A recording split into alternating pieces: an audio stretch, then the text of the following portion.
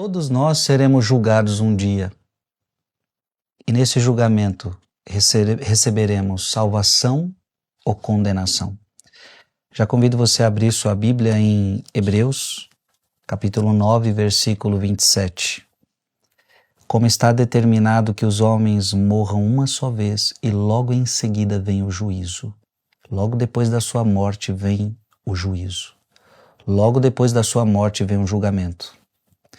Também nós sabemos que tem o julgamento final que está narrado em Mateus 25. Não dá tempo de falar aqui a diferença dos dois julgamentos, mas depois da sua morte, depois da minha morte, nós seremos julgados.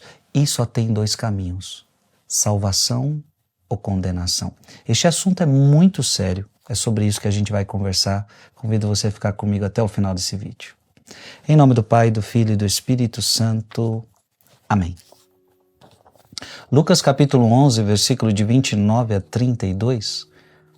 Naquele tempo, quando as multidões se reuniram em grande quantidade, Jesus começou a dizer: esta geração é uma geração má.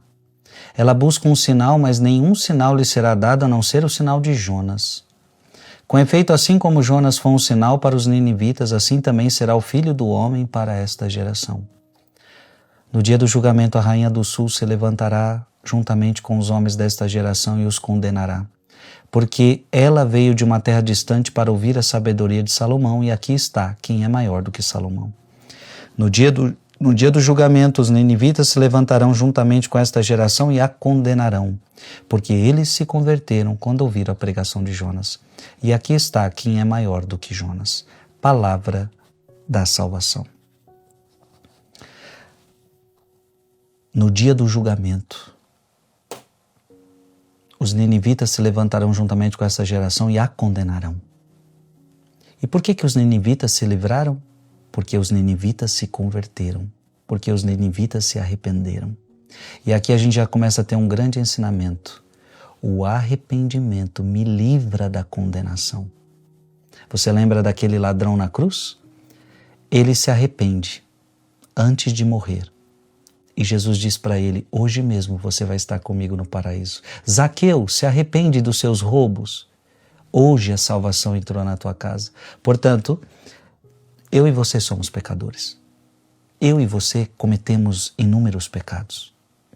E muitas vezes graves.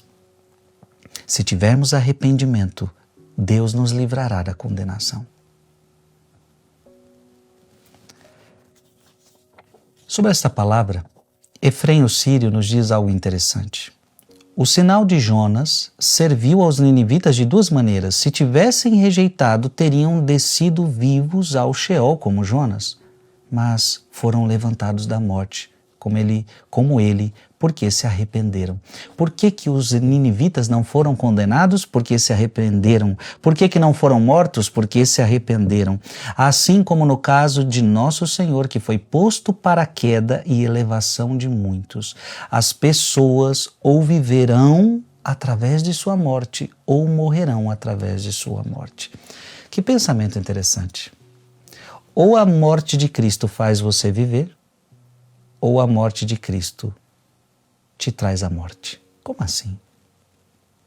Para ficar clara essa palavra, eu convido você a abrir sua Bíblia em Lucas capítulo 2, versículo 34.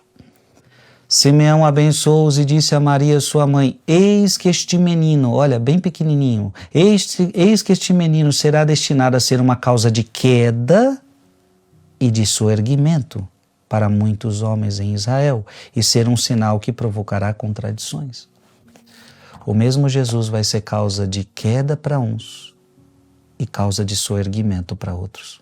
Para ficar mais claro, por que a uns ele faz cair e a outros faz levantar?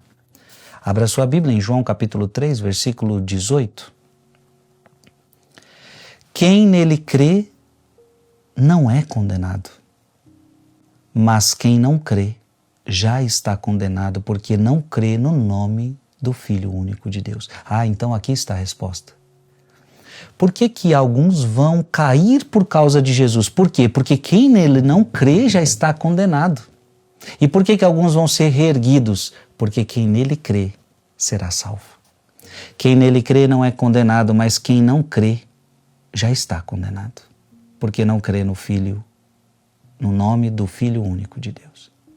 Gente, essas palavras são muito sérias.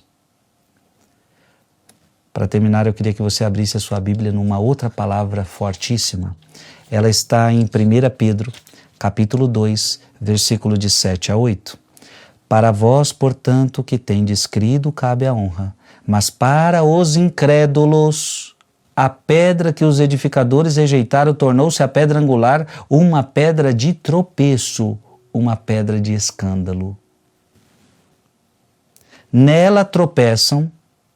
Quem é essa pedra? Jesus. Então essa pedra que é uma pedra de salvação, mas pode ser uma pedra de tropeço também. Nela tropeçam, em Jesus tropeçam, porque não obedecem à palavra, e realmente era tal o seu destino. Ou seja, Jesus, que é uma pedra que sustenta, Jesus, que é uma pedra de salvação, também pode ser uma pedra de condenação, uma pedra de tropeço. Porque se você não obedeceu à sua palavra, a mesma palavra que salva é a mesma palavra que pode condenar. Em outra passagem da Sagrada Escritura, nós seremos julgados pela palavra. Meu irmão, tudo isso é muito sério. Aliás, eu queria que você escreve aqui nos comentários que sua morte, Jesus, seja para a minha salvação. Que sua morte, Jesus, seja para a minha salvação.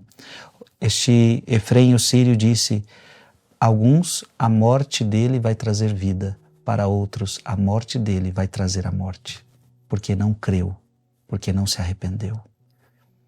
Em nome do Pai, do Filho e do Espírito Santo, manda esse vídeo para mais alguém.